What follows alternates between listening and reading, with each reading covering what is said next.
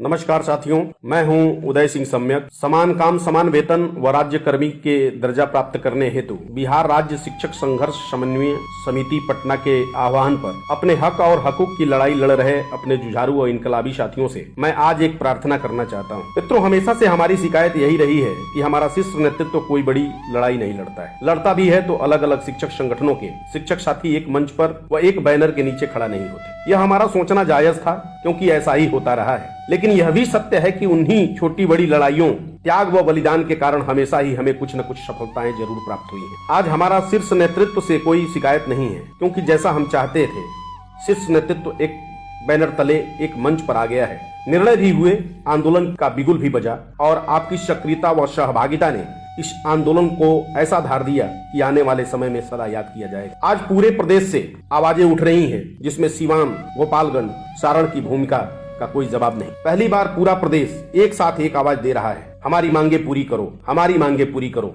शिक्षक एकता जिंदाबाद। इस बीच बिहार सरकार के द्वारा जो दमनात्मक कार्रवाई हमारे शिक्षक साथियों पर हुई, वह किसके लिए हुई? हमारे और आपके लिए हुई। हमारे बड़े भाई माध्यमिक शिक्षक संघ के साथी जो आज 30% से ज्यादा पूरे प्रदेश में निलंबित हैं, किसके लिए हैं? हमारे और आपके लिए। उनके घर के चूल्हे नहीं जल रहे, वो अपनी नौकरी दांव पर लगाकर सड़कों पर आंदोलन कर रहे हैं, किसके लिए? हमारे और आपके लिए। क्योंकि आप सब जानते हैं इस लड़ाई का जो लाभान्वित होने वाला परिणाम आएगा तो हमें भी मिलेगा। इसी विचार को मन में पाले हुए कुछ धोखेबाज और मक्कार किस्म के शिक्षकों ने अपने ही भाइयों के पीठ में छुरा मारने का काम किया। मुझे विश्वास है कि आने वाला इतिहास उन्हें भी याद रखेगा। हमारे अनुकूल चल रहा आंदोलन वैश्विक महामारी कोरोना के चपेट में आने के कारण थोड़ा धीमा जरूर पड़ गया, क्योंकि अभी तक तो हमारी लड़ाई केवल सरकार से थी, पर अब तो हमें कोरोना से भी लड़ना पड़ रहा है। हमारे कुछ साथियों से ऐसा समाचार मिल रहा है कि वह आंदोलन में वापस लौटने को बेताब है। मैं उन शिक्षक मित्रों से कहना चाहता हूँ, क्या आपको शर्म नहीं आ रहा है? क्या आपके अंदर का जमीर मर चुका है? क्या आप अपना वजूद नीलाम करना चाहते हैं? इस आंदोलन में बहुत कुछ लूटने वाला है, कुछ तो बचा लीजिए। कहते हैं कि बहुत बुरा है जमाना, मगर बुरा क्या है? मुझे पता है कि तेरे शहर की हवा क्या है, और बचा सकते हो तो बचा लो वजूद अपना। जमीर बेचकर जीने से फायदा क्या है? जिस नेतृत्व पर भरोसा करके आप आंदोलन में आए थे, उस पर भरोसा तो रखिए। बगैर वार्ता के आप कैसे वापस आ सकते हैं? आप कई वर्षों से वेतन पा रहे हैं, आगे भी न जाने कितने वर्षों तक वेतन मिलेगा। कुछ दिनों के लिए अगर वेतन नहीं मिलता है तो क्या आप मर जाएंगे? लेकिन यदि आपने अपना वजूद नहीं बचाया तो एक न एक दिन आप जरूर मर जाएंगे। अपमान से मरेंगे, सम्मान खोकर मरेंगे। जब आप ऐसे ही धोखा देंगे तो कौन लड़ेगा आपकी लड़ाई? कौन देगा आपके लिए बलिदान? और कौन करेगा आपके ऊपर सब कुछ न्यौछावर? आपकी जीत के लिए, आपके सम्मान के लिए कौन लड़ाई लड़ेगा? मित्रों, बगैर वार्ता का आंदोलन से वापस लौटना ठीक वैसा ही है जैसे अपनी कटार अपने सीने में ही उतार लेना। आप नेतृत्व पर भरोसा रखिए। कोरोना के जाते ही सरकार को शिक्षकों के आगे रोना पड़ेगा, न तो आपके वेतन कटेंगे, न ही सम्मान से हाथ धोना पड़ेगा। और सच्चाई ये है कि समय थोड़ा हमारे प्रतिकूल है और काल पर किसी का बस नहीं चलता। कौन जानता था कि जिस श्री राम को सुबह राजगद्दी मिलने की जगह वनवास हो जाएगा? सब समय का खेल है। नहीं तो जिस तरह से शिक्षकों का आंदोलन सफलता की तरफ गतिमान था, किसको भान था कि कोरोना के चपेट में पूरा प्रदेश आ जाएगा? कोरोना जैसे काल के समक्ष हमारा बलिदान भी बौना साबित हुआ, और इसी का फायदा उठाकर प्रदेश के मुखिया ने हमारा खबर लेना भी उचित नहीं समझा। मित्रों, हिम्मत हारने की वजह यह याद रखिए कि आज जो आपकी पहचान है, समाज में जो आपका सम्मान है, वह आपके त्याग और बलिदान के कारण ही है। आपके द्वारा समय समय पर किए गए त्याग और दिए गए बलिदान के कारण ही आप कहां से कहां पहुंच गए हैं, और ये समाज आपके तरफ उम्मीद लगाए खड़ा है। कहते हैं कि हिम्मत हौसला तूफान मोड़ देती है, जवानी जंगली चट्टान तोड़ देती है। आपकी धमनियों में संवेदना, रचनात्मकता, नैतिकता और प्रगतिशीलता एक साथ बहती है। आप बिहार के प्रगति और विकास के मानक हैं। आपके बगैर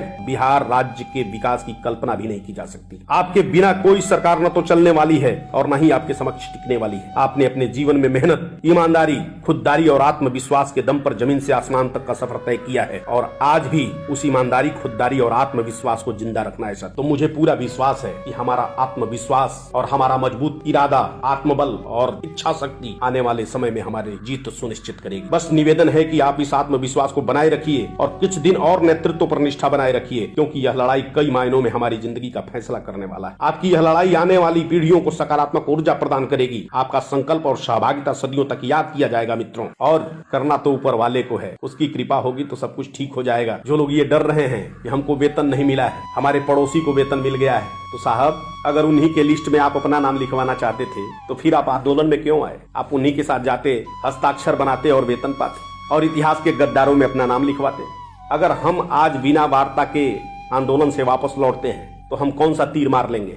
फिर तो हमारा भी नाम उन्हीं में लिखा जाएगा जो पहले से जयचंद और गद्दार बन करके विद्यालयों में उपस्थिति दर्ज करा रहे हैं। और हमारी लड़ाई लड़ते हुए जिन पर कार्रवाइयां हुई हैं, उनका क्या करेंगे आप? उनके घरों में चूल्हे नहीं जल रहे हैं, उन्हें भी वेतन के लाले पड़े हैं। आप तो विद्यालय में ज्वाइन करेंगे, सुबह से आपकी उपस्थिति दर्ज हो जाएगी और वेतन का आगाज भी हो जाएगा, लेकिन वो तो निलंबित है। वो क्या करेंगे, वो कहाँ जाएंगे, किसके समक्ष अपनी मांग रखेंगे। इसलिए मित्रों, मैं आप सभी से एक विनम्र निवेदन करना चाहता हूँ कि अगर थोड़ा सा भी जमीर जिंदा है आपके अंदर, इस मुहाने पर आपको गद्दारी करने की जरूरत नहीं है। इस मुहाने पर खाली हाथ वापस लौटने की जरूरत नहीं है। जब समाज के लोग पूछेंगे कि आपने आंदोलन किया, उसके बदले में आपको क्या मिला, कौन सा मुंह लेकर के उनके सामने खड़े होंगे, क्या जवाब देंगे आप उनको। इसलिए बिना कुछ लिए सरकार से आपको वापस नहीं लौटना है, आपको इंतजार करना है। पूरे प्रदेश के कोने कोने में लाखों शिक्षक आंदोलन पर हैं। उनके भी घरों की हालत वही है जो आपके घरों की हालत है। वो भी वेतन के लाले उनके पड़े हुए हैं, लेकिन उन्होंने यह बलिदान करना मुनासिब समझा।